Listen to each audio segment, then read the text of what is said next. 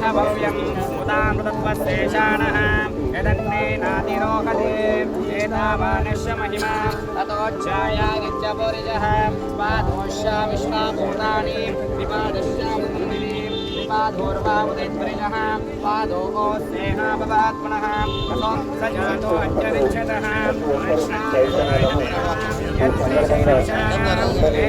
यज्ञपदन्वतः वसन्तोष्याभिराज्यं श्रेष्ठयज्ञशरद्भवे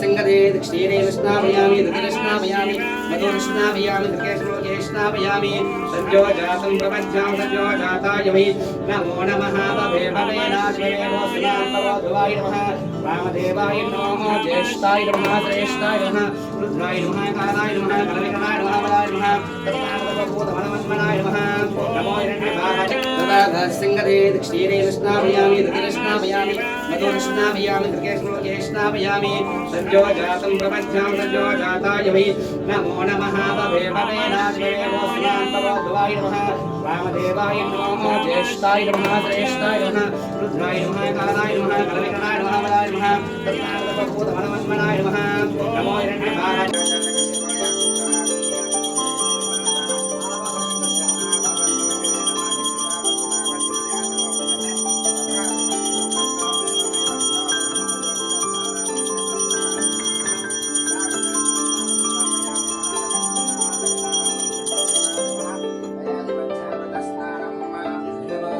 ₹80 కోట్ల ఆలయాన్ని అభివృద్ధి చేయడానికి అని చెప్పి ఒక ప్రతిపాదన ఇవ్వడం జరిగింది. తను సర్క్యులేట్ చేయాలని చెప్పి ఆర్డర్ కూడా ఇచ్చింది.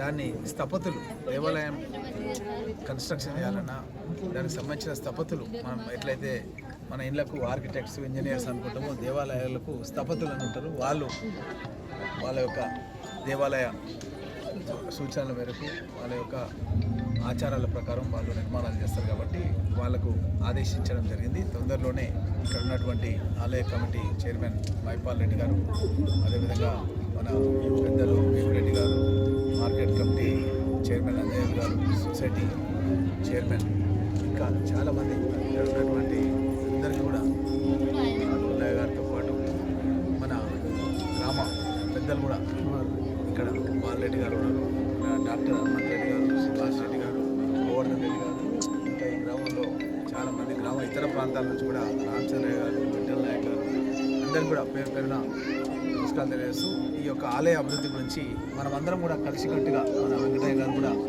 ఉన్నారు. ఇక్కడ పెద్ద ఎత్తున ఆలయాన్ని అభివృద్ధి చేస్తే మన నియోజకవర్గంకి ఒక మంచి పేరు వస్తుందన్న ఉద్దేశంతో ఈ యొక్క కార్యక్రమం తీసుకోవడం జరిగింది. కాబట్టి అన్ని విధాల ప్రభుత్వ సహాయ సహకారంతో పాటు మనం కూడా ఎవరైతే భక్తులు చాలామంది మన భక్తులు ఈ ఆలయానికి తాండూరు నుంచి ఇంకా ఇతర ప్రాంతాల నుంచి కూడా చాలామంది భక్తులు కర్ణాటక నుంచి కూడా ఉన్నారని ఎప్పటికీ మన బండేచర్ల వాస్తవ్యులు అని చెప్తుంటాం.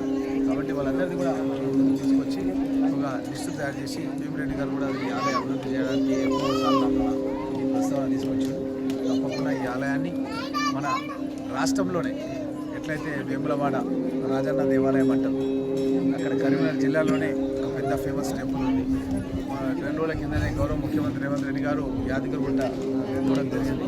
అదేవిధంగా ఆలంపూర్లో కూడా పెద్ద ఎత్తున మన దేవాలయం ఉన్నది, అక్కడ కూడా ఉన్నది. ఈ విధంగా అంతటా కూడా రాష్ట్రాల్లో ఉన్నాయి. మన ప్రాంతంలో కూడా ఈ దేవాలయాన్ని పెద్ద ఎత్తున అభివృద్ధి చేయాలని నేను దాన్ని ఒక నిర్ణయం తీసుకోవడం జరిగింది. తప్పకుండా అన్ని విధాల ఈ ఆలయ అభివృద్ధికి, ఎందుకంటే మనం ఎన్నికల్లో గెలవడానికి ముందు కూడా ఈ ఆలయంలోనే మన పెద్దలందరూ కూడా తీసుకొచ్చేసి ఇక్కడ వచ్చి స్టార్ట్ చేయడం జరిగింది. గెలిచినాక కూడా మనం ఇక్కడ వచ్చి కార్యక్రమం పెద్ద ఎత్తున మీరందరూ నీళ్లు గుండం నుంచి తీసుకొచ్చి అవి ఎన్ని అందరు కూడా ఇక్కడ ఉన్న వాళ్ళందరూ కూడా దాంట్లో భాగస్వామ్యమై అది నా గెలుపు కాకుండా మనందరి గెలుపు అన్నట్టుగా మీరందరూ కూడా మనందరి గెలుపు కింద మీరందరూ కూడా ఆ రోజు కష్టపడి నీళ్లు కూడా తీసుకొచ్చి ఈరోజు పెద్ద ఎత్తున ఆ రోజు పూజలన్నీ కూడా నిర్వహించారు.